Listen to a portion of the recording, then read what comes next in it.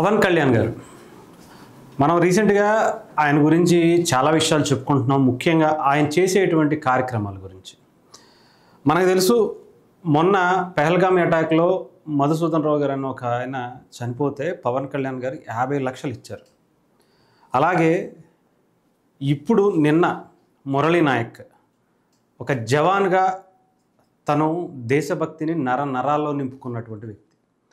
అలాంటి వ్యక్తి నిన్న జరిగినటువంటి ఆపరేషన్ సింధూర్కి సంబంధించినటువంటి దాంట్లో చనిపోతే పవన్ కళ్యాణ్ గారు ముఖ్యంగా ఆయన సొంత డబ్బులే మొన్న మధుసూదన్ రావు గారికి ఇచ్చినా, అంతకుముందు కౌలు రైతులకు ఇచ్చినా, అంతకుముందు ఎంతోమందికి ఎన్నో గుప్త దానాలు చేసినా కూడా ఆయన సొంత డబ్బులే. ఇప్పుడు నిన్న 25 లక్షలు అనౌన్స్ చేశారు. మళ్ళీ ఇక్కడ ఆయన ఏమీ ఆలోచించుకోరు. ఆయన దగ్గర ఉన్నాయా లేవా, ఉంటాయా ఉండవా ఏంటి అనేది ఆయనకి అనవసరమైంది కూడా.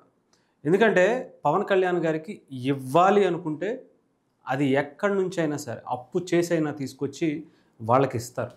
అది ఎలా తీర్చుకోవాలన్నది పవన్ కళ్యాణ్ గారి కష్టమే, ఆయన ఇష్టం. అది ఆ కష్టాన్ని ఎంతో ఇష్టంగా అయినా సరే చేసుకుని వాళ్ళని నిలబెట్టడం కోసం నిలబెడతారు. ముఖ్యంగా నిన్న మురళీ నాయక్ కుటుంబం దగ్గరికి వెళ్ళి పవన్ కళ్యాణ్ గారు నిజంగా తన దేశభక్తిని ఎంతలా చాటుకున్నారంటే, నాకు తెలిసి ఇంత బలమైన నాయకుడు ఈ దేశంలో కూడా లేరేమో అనిపిస్తుంది.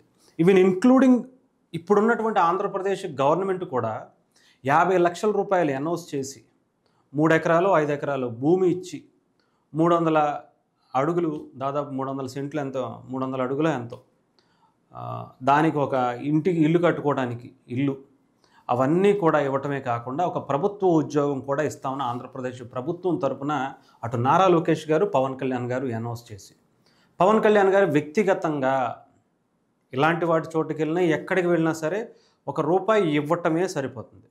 రీసెంట్గా మనం చూసుకుంటే నిజంగా నేను ఒక లిస్ట్ చెప్తాను. పవన్ కళ్యాణ్ గారు రోజుకి దానాల పేరు మీదే మినిమం ₹1,00,00,000 ఖర్చు పెడుతున్నారట. ఓన్లీ ఏదో ఒక రూపాన ఎవరో ఒకళ్ళు ఆయన దగ్గరికి ఏదో ఒక కష్టంతోనో లేదంటే బాధతోనో ఆయన మీద నమ్మకంతోనో పార్టీ ఆఫీస్ దగ్గరికి కానీ ఇంకొక దగ్గరికి కానీ వచ్చినప్పుడు ఆయనకు తెలిసిన వెంటనే దాదాపు మినిమంలో మినిమం రోజుకి ₹1,00,00,000 చెక్కులు ఆయన దగ్గర నుంచి, ఆయన ఆఫీస్ దగ్గర నుంచి వెళ్తున్నాయట. అది చాలా తక్కువే. ఇంకా మినిమం అంటే ఇంకా ఎక్కువే ఉండొచ్చు. ₹1,00,00,000 పైనే కానీ ₹1,00,00,000 తక్కువ లేవట. అది కూడా ఓన్లీ దాన ధర్మాలు చేయటానికే. ఇంకా వాళ్ళకి ఏదో అప్పుగానో లేదంటే ఇంకో కార్యక్రమానికి సంబంధించినటువంటి ఏదో ఒక డబ్బులు ఇవ్వటమో, ఆడిటోరియం బుక్ చేయడానికో ఖర్చులకు నిమిత్తం కూడా కాదు. కేవలం దాన ధర్మాల కోసమే పవన్ కళ్యాణ్ గారు రోజుకి ₹1,00,00,000 పైగా వెచ్చిస్తున్నటువంటి వ్యక్తి. ఇంకా ఆలోచించండి, అంటే మనం ఎలాంటి నాయకుడిని ఎన్నుకున్నాము ఆంధ్రప్రదేశ్లో.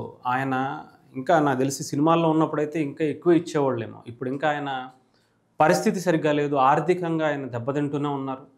సినిమాలు సరిగ్గా ఎక్కువగా చేయలేకపోతున్నారు.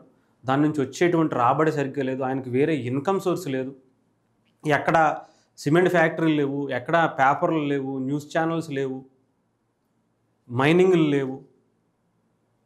ఇంకా ఆయన చెప్పుకుంటూ పోతే అవి ఇవి కాదు. ఎలా తాడేపల్లి ప్యాలెస్లు కానీ, లేదంటే బెంగళూరులో ప్యాలెస్లు కానీ, ఢిల్లీలో, లండన్లో ప్యాలెస్లు కానీ ఆయనకి లేవు.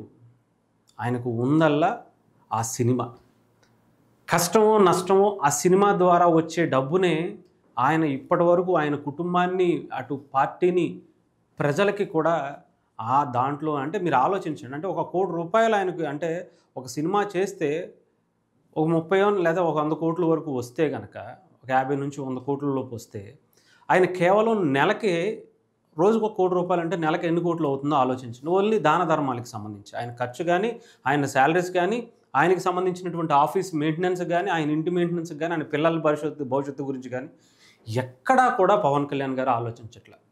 ఇది ఎన్ని రోజులు కంటిన్యూ చేస్తారు అనేది అయితే నాకు తెలియట్లేదు. కానీ ఏదో గతంలో మనకి ఎవరు డొక్కా సీతమ్మ గారికి ఇలాంటి ఇష్యూనే ఒకప్పుడు ఇంట్లో అన్నీ అయిపోయినాయి అంట.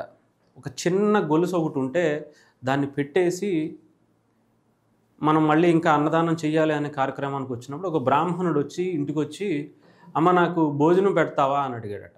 పెడతానయ్యా, బంగారంలా తినండి అంటే, ఓకే అని చెప్పి పెట్టి, అంతేకాకుండా నాకు వెళ్ళేటప్పుడు ఏదన్నా బంగారం ఇస్తే తప్ప నేను తినను అని అన్నాడట.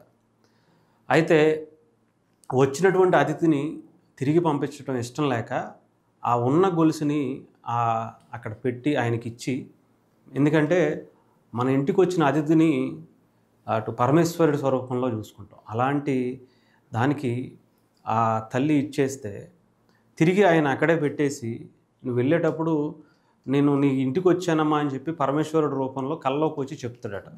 అలా పవన్ కళ్యాణ్ గారికి నిజంగా ఎవరన్నా ఆ దేవుడు వచ్చి అలా కొన్ని రూపాల్లో ఇస్తే తప్ప ఆయన పరిస్థితి ఆయనకి ఎలా ఉంటుందో అర్థం కావట్లేదు. ఇలాగే ఇది కంటిన్యూ చేసుకుంటా వెళితే ఆయనకు ఉన్నటువంటి ఆస్తులు ఎలా కరిగిపోతున్నాయో ఏంటో కూడా తెలియనటువంటి పరిస్థితి. అంటే పవన్ కళ్యాణ్ గారు ఇవన్నీ ఆలోచించుకోరు. నిజంగా అక్కడికి వెళ్ళి మురళీ నాయక్కి సంబంధించినటువంటి కుటుంబం దగ్గరికి వెళ్ళి జోహార్ మురళీ నాయక్ అని అరవటం, జై హింద్ అని చెప్పి అరవటం, వాళ్ళ అంత్యక్రియల్లో పాల్గొనటం, నాకు తెలిసి ఇప్పుడున్నటువంటి ఈ జనరేషన్ను ఎప్పుడు చూడలే ఇలాంటివి. గతంలో కూడా టీడీపీ ప్రభుత్వం లేదంటే కాంగ్రెస్ ప్రభుత్వం ఇంకొక ప్రభుత్వాలు ఉన్నాయి. కానీ ఇలా దేశం గురించి ప్రజల్ని, ముఖ్యంగా ఇప్పుడున్నటువంటి యువతని ఈ మార్గంలో తీసుకువెళ్ళటం, వాళ్ళల్లో నరాల్లో దేశభక్తిని నింపటం అనేది చాలా చాలా చాలా ఇప్పటివరకు ఏ ప్రభుత్వం కూడా చేయలే. అలాంటిది ఇప్పుడున్నటువంటి ఆంధ్రప్రదేశ్ కూటమి ప్రభుత్వం, ముఖ్యంగా అటు నారా లోకేష్ గారు, చంద్రబాబు నాయుడు గారు, పవన్ కళ్యాణ్ గారు మొదటి నుంచి, ఆయన పార్టీ పెట్టినటువంటి మొదటి రోజు నుంచి కూడా ప్రతి ఒక్కళ్ళకి, ముఖ్యంగా వాళ్ళ కార్యకర్తలకి, వాళ్ళ నాయకులకి దేశభక్తి గురించి, దేశం గొప్పతనం గురించి, ఎంతోమంది త్యాగాల గురించి ప్రతిసారి చెప్పుకుంటానే వస్తారు. ప్రతి స్పీచ్ లాస్ట్లో కూడా జై హింద్ అనేది ఫస్ట్ నుంచి, ఆయన సినిమాల నుంచి మొదలు పెడితే ఇప్పటి వరకు కూడా అది జరుగుతూనే ఉంటుంది. అలాంటి అస్సలు సిసలైనటువంటి భారతదేశ నాయకుడిగా పవన్ కళ్యాణ్ గారిని మనం చూస్తున్నాం.